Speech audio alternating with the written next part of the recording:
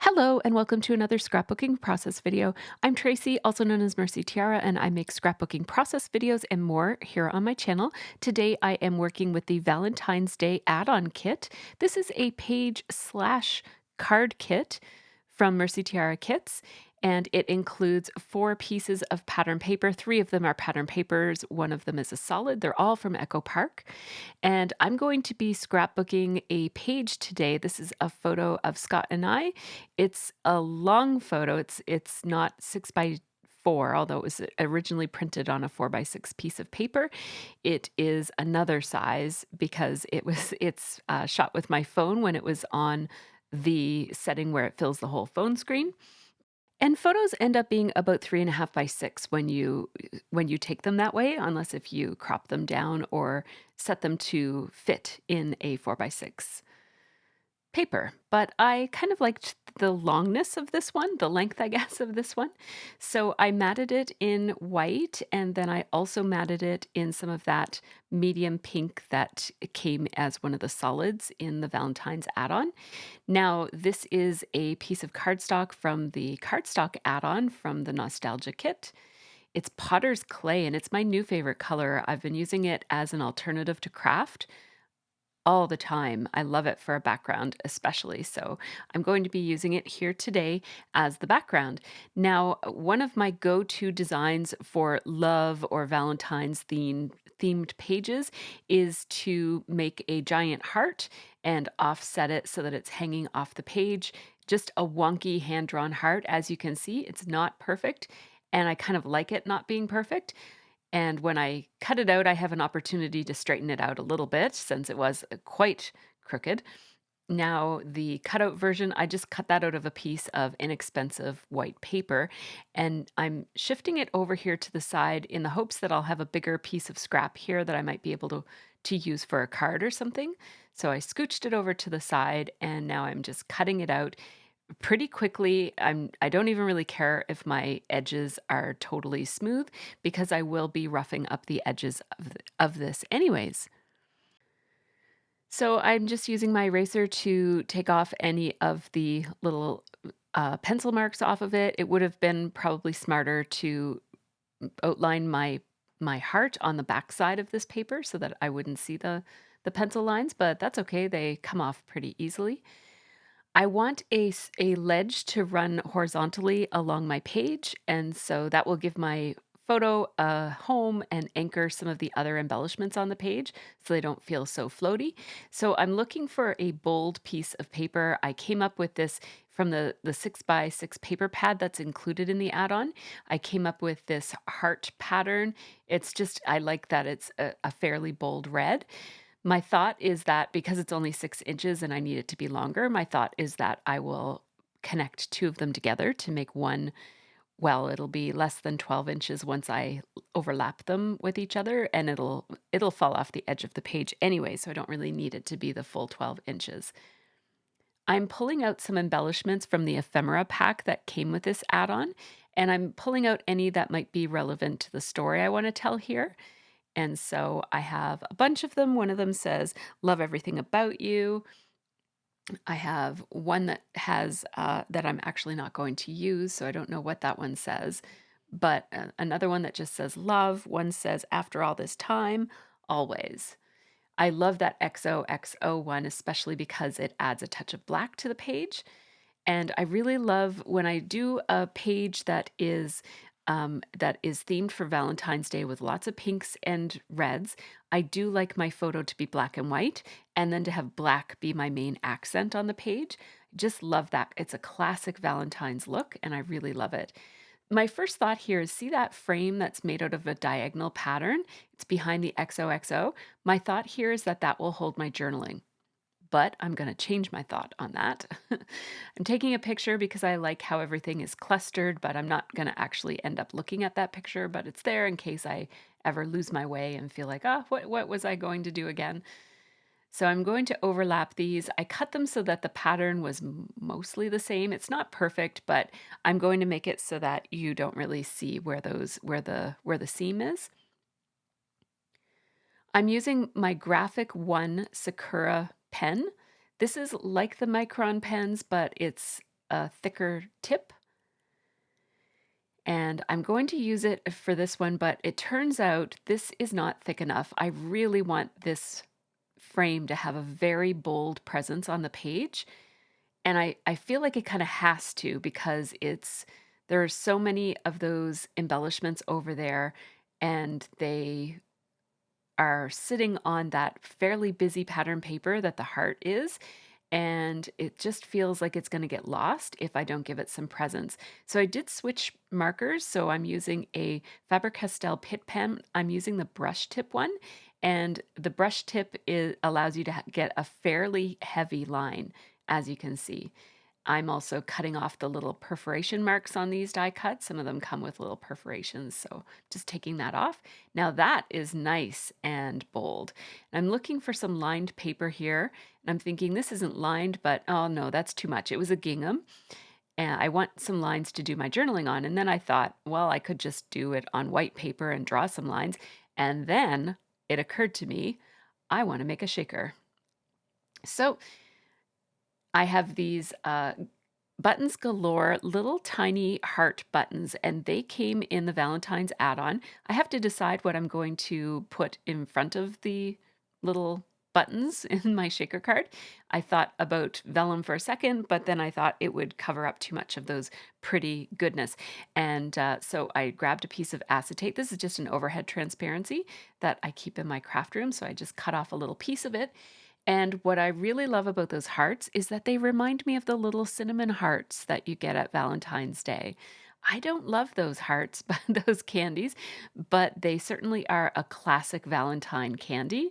And we always have them and we always eat them, even though they're not my favorite candy. It's one of those things that it's like candy canes. If they're there, I'll eat them, and that might not be a good thing. So there's how the front of my shaker looks once I trimmed down the overhead transparency and glued it on. And now I'm looking for something that's going to read as a fairly neutral background for my shaker card.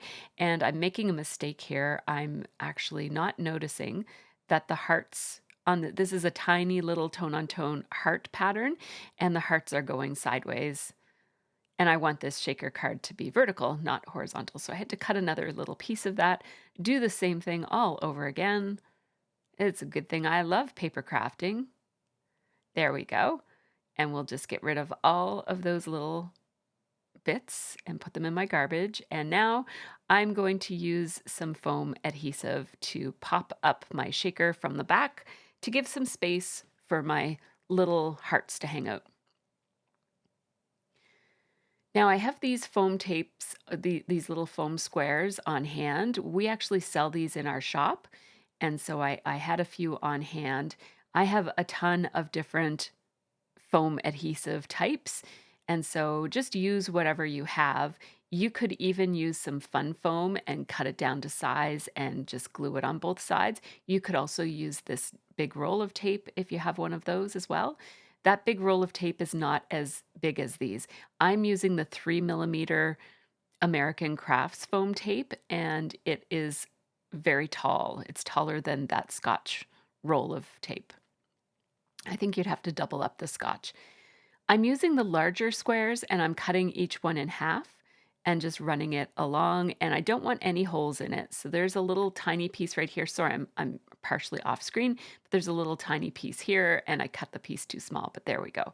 I pieced it together so that there's no holes. It's important that there's no holes, or else your little, whatever you're filling your shaker card with, will fall out. Now, in order for me to make this shaker card nice and full, I used almost all of the hearts. So if you don't want to use almost all of the hearts, you could use some hearts and some maybe white sequins or little glass beads, those little seed beads, or whatever you have on hand. I did save some of the hearts to make some cards with, though. What I'm doing here is I'm gluing some of the hearts onto this background paper so that even when you hold the page up and all of the shaker hearts settle down to the bottom in a little pile, there's still some stuck on the background just to make it look a little bit more interesting, because that background is really plain. So I didn't want it to be just, that being the only thing that's exposed when the card, because especially if these layouts are stored upright in an album or in a box as I store mine, then these hearts will settle. So there we go. I have my little shaker element. Just had to trim off a little bit that was poking out from the back side, and there we go. So now most things are outlined and put together and ready to go. I want to have a little cluster of fairly large embellishments off to the right-hand side, and then another little cluster over to the right. I thought about putting a little banner up in the top corner, and then I decided not to. Now let's outline this. I'm using that Faber-Castell Pitt pen with the brush tip again. This just gives me a much more bold outlined look. And I'm also going to use that Graphic 1 pen as well, and I'm going to outline twice. And that's going to give me a real doodly casual look with lots of intersecting lines and whatnot. I'm going to pull up the edges so that it looks a little bit distressed, and I love using my fingernails to just put a lip on the edge of my paper. So I will do that all the way around the edge of this heart. Even the part that I'm going to cut off, I'm still going to add a lip to it. I'm not sure why. That's how it looks up close. And now I'm also going to add some distressing to the edges of my ledge. That grounds everything else on the page, holds it all in place and makes it look like it has a home. I'm even going to distress the edges of this photo. Now, that double-sided solid paper is not cardstock, it's paper, and it's very easy to distress because it's a little bit thinner. I thought I wanted to just add a little bit of emphasis to the edge, and I thought I'd go with a tone-on-tone, a little bit darker pink, but the pink that I have is not dark enough, and so I decided to go with soot. Black soot, is it called? Anyways, it's the Black Distress Oxide, and I really love how it looks. So I inked the edges like that. Focusing on the outside edges, I didn't have that ink go on to the matting too much. It was mostly just on the edges. I'm going to do the same with this little embellishment. This little piece, it says, "After all this time, always." And it's too tiny to outline. It's like the letters go right up to the very edge of the die cut. So I'm going to use my little finger dauber to ink the edges of this scallop. And then I have this little tool, and I don't know what it is, but it's a little pokey tool that has a soft end on it. It almost feels like maybe it's flocked or something. And that is something that my friend gave me. She's an artist and she uses them for mark making. So she gave me a couple of them.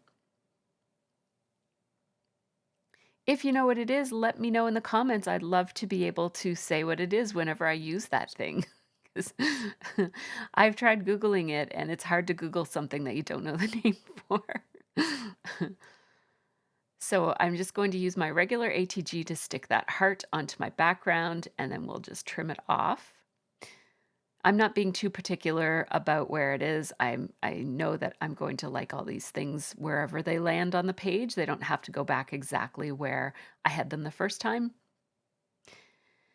Now I want these three, I'm putting this fourth one, the love, to bridge the gap between them, but I want those three to form a little triangle. So I don't want any of the three pieces. The three are the XOXO, the shaker box, and the I love you and I love everything about you, the scallop circle. Those three are going to make a triangle, and I don't want any of the pieces to be on the same plane, like any of the points of the triangle. So I am just mindful of that as I put these together. Now I did decide to outline the outside edge of this scallop piece because it just felt, I did ink it with black as you saw, and it just felt a little bit too dark now. So I'm brightening it up a little bit with white gel pen. I accidentally used my 8 instead of my Jelly Roll 10. So it is dry, so I'm going back and going over it. This is 4 times the speed, so it was dry by the time I actually went over it. It's not a great idea to go over white gel pen while it's still wet because it tends to leave little lines in itself, like little ridges. And so that looks better. It brightened it up quite a bit, and it also helps it to stand out from the other things on the page around it. I decided to just call this Love. I was kind of, as I was scrapping, I was thinking about what on earth am I going to entitle this? And I ended up just deciding to call it Love. I didn't want to think too hard. And sometimes you just want to phone it in and have a title. And that's what I did here. I like it. And it felt like it was floating there by itself. So I added the dot, dot, dot more for a design reason than for meaningfulness. And it's okay, it's your own page. You can do whatever you want like that. It doesn't have to be grammatically correct or make good sense. I like how those are landing right now. So I am going to start by putting that piece on the after all this time, and that's going to become my landmark for where I want the big red ledge to go. And then I'll try my best to put these back where they were because I really liked them where they were. I think I like all of the die cuts to overlap the shaker box, so that means everything will have foam tape because, of course, the shaker box has that foam tape dimension to it. I'm just doing some landmarking there to take note of where my photo was landing on the heart so I could place it back in the same place after I added the adhesive. And I'm also landmarking to figure out where that shaker box will go. I'm using my finger to estimate centimeters and to say there's about 2 on the top and less than 1 on the bottom. And now I need to, well, let's take this off first because it was sticking to my mat, so that's not helpful. I don't want these two to be lined up, these two beside each other, so I definitely need the black one to be closer to the red ledge. And I'm going to position these foam adhesive. I'm using the exact same ones, so they're going to be the exact same height as the shaker box. I'm using those on the scallop square, and then I'll just add a bit of tape adhesive. I think I might have already done that. And I'll do the same with this. So I just have to take note of where it goes so that that love can bridge the gap, so I don't have an awkward gap between those three. So I'm placing those, and I keep forgetting, so I keep placing and checking again. If you've got a better memory than me, you might be able to just do that once. So there, and I like that little bit of the heart showing out on the very far right-hand edge of the layout. I like that. It just helps your brain continue the shape where it disappears there off the page. And I am using a single level of that foam tape on all 4 corners of this, but because the center of this spans all the way down to the bottom of the page, I needed 2 on that because the love pops out even further up than the other 3 die cuts that are there. I'm going to pop out the Soulmates die cut, and that covers up the apple and extra hand that's in the photo, just from my daughter was sort of doing a version of a photo bomb of saying, hey, take a picture of the apple. And I didn't want that picture, that apple there. And so I needed a little something else here, and I didn't have anything. So I looked in the little 6x6 paper pad and found this little label that I can now put my date on. And you see me using my mouse pad there. I just checked the date on the photo, and it was October 10th, 2021. So it was a while ago. My hair was short then. And I'm going to use the same depth, but this time I'm using the smaller foam squares, but they're still 3 millimeters tall. And I'll have that so it extends off the page and trim it down. And I really love how this one came out. I love it. Now I have to decide on the journaling. I'd like to have a phrase that ends in love and have it go along the edge of the photo there.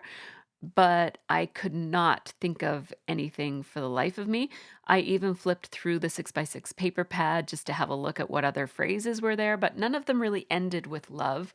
And I couldn't really, there were a few phrases that came to mind, but none of them really felt like something I would say or do. So I wanted it to be a little bit more genuine.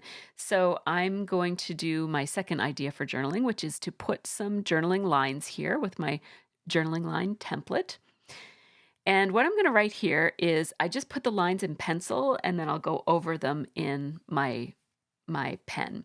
I'm going to actually use my Sharpie marker. I almost started writing with that graphic one pen, but that would be way too thick and I'd have to write way too big for these tiny little lines. So I'm using my Sharpie pen, and it says, "We've built a lot of things together over the years, but the greatest of those things is love."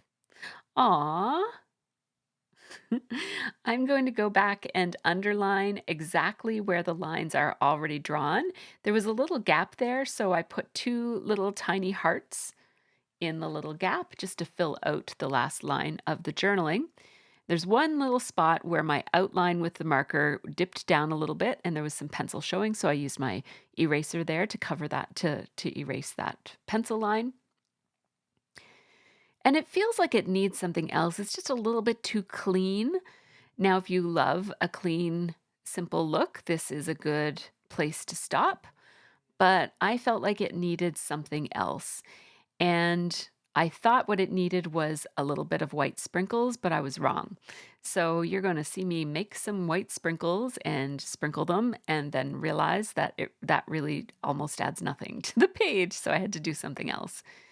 I'm using a combination of gouache and water, and I'll warn you that my fan brush still has a tiny bit of black ink in it from yesterday, and so see, it's a bit of a muddy white. It's not really bright white, but I thought, it doesn't matter. I'm just sprinkling tiny little flecks of it, and then I went back with my watercolor brush, like my round brush, to add bigger drips, but I didn't. I would have had to have added more to get really big drips, and I decided that really white is not going to add very much because that background paper is so light.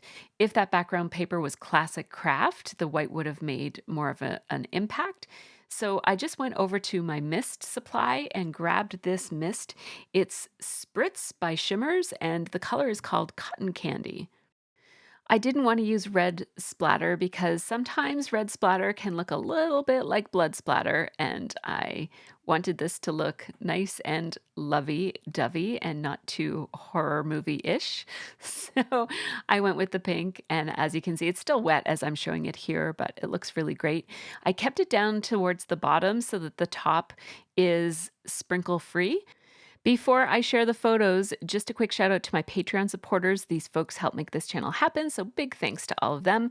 Patrons get early ad-free access to my process videos and also real-time unedited versions of my videos, as well as a monthly live stream and a few other things as well.